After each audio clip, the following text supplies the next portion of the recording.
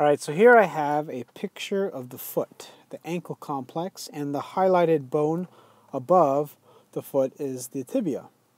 Now the green arrow is actually pointing at the talus, and what the talus is a really important bone. And one thing that happens with people who have poor ankle mobility or have trouble with ankle mobility is they suffer from a little bit of impingement or a blockage in the ankle. And this is something I've experienced in myself, and I've figured out a way to kind of help improve it, so that way you can stay more upright in a squat if you're trying to do a front squat, or just stay more upright in general when you're trying to do like a high bar barbell squat. And the thing is, with ankle mobility, this allows for better positioning of the torso and also better with the knee positioning of when you have better ankle range of motion. So here's an ankle mobilization that I found online, and I've been working on it. And this is, I've actually messed with different mobilizations, and this seems to be the one that's helping me the most, or has gotten me sort of almost instant results. Because the hard things about the ankle is very tough to mobilize because calf muscles are super tight, and when they are super tight, they do not want to budge at all, and it's a pain in the butt because calf muscles are big muscles. And they're very tendinous, especially that Achilles tendon. So you can see how I got this band, and what it's doing is kind of pulling back or trying to set my tibia back. And the purpose of this is to allow for the tibia to glide over the talus a little bit better. And essentially, it's kind of like pushing the bone back. This is very similar to kind of what I've been doing with my hip when I do hamstring stuff. This is stuff I've learned from Kelly Starrett. But I'm not exactly sure if I actually learned this from one of his videos, but I got a lot of concepts from him, and this is one of those big concepts.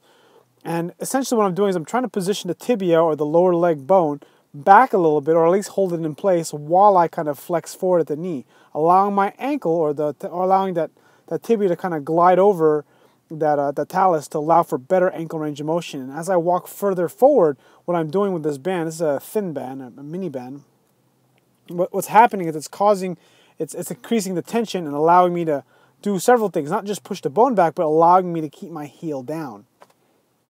Now, most of my problem is in my right ankle, because I know that's where I have trouble with my ankle range of motion, but I'm just evening things out to my left. And what I'm finding is that because of my lack of ankle mobility, what I'm having to do is use my hips as a way to kind of adjust positioning. And what happens is I end up having to shift to my left side more when the weight gets really heavy, or if I get really tired, when I'm squatting especially. And what happens is I end up having to use more of my left knee, more of my left hip, more of my left glute. And in fact, I have slightly more development on my left glute and left hip and hamstring. So what I'm trying to do is I'm trying to improve my body's position so that it moves the way it should. And that way I can get more symmetrical loading, and I can reduce my chance of injury. Now this mobilization or stretch I learned from one of the members at my gym, and he showed me this, and I saw this and I was like, holy crap, that would work perfect for what I'm trying to accomplish. Now if you notice on my right leg or my right ankle, and in your case if you're watching me, it's on my left side, on your left side, left-hand side.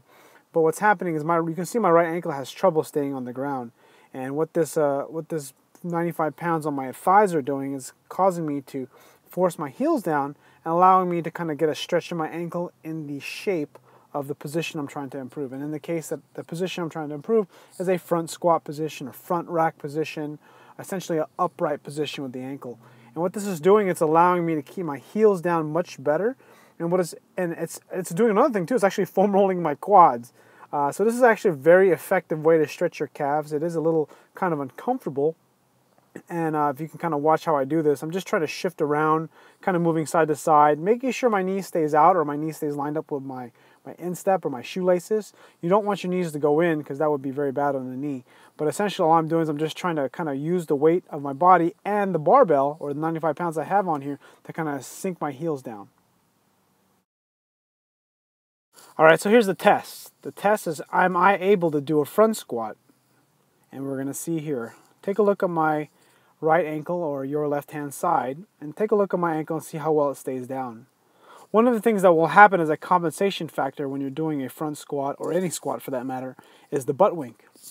And when there's a butt wink, you generally want to eliminate that for the most part, but what's happening is that when your ankles are tight, and they're very stiff tissues when they are tight, what happens is it's going to shift into other areas that allow for more slack, or where there is more slack, in the case in your hips, your hamstrings, your inner thighs, and your glutes. So that's kind of why, or that's the reason why people do butt wink. The reason is that that there's no other place for it to move the tension when you're trying to get lower into a squat. So if your ankle's not going to budge, then what happens is your hips, pelvis, and lower back is going to budge, and then you're going to get a lot of shearing on your lower back.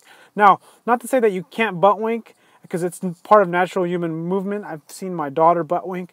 But the thing is, you want to try to minimize it whenever possible, especially under heavy load. If you're just using your body weight, it's not that big of a deal. But when you're 400 or 500 pounds on your back, that's not good long-term squatting, because eventually that will give you problems just based on biomechanics and anatomy.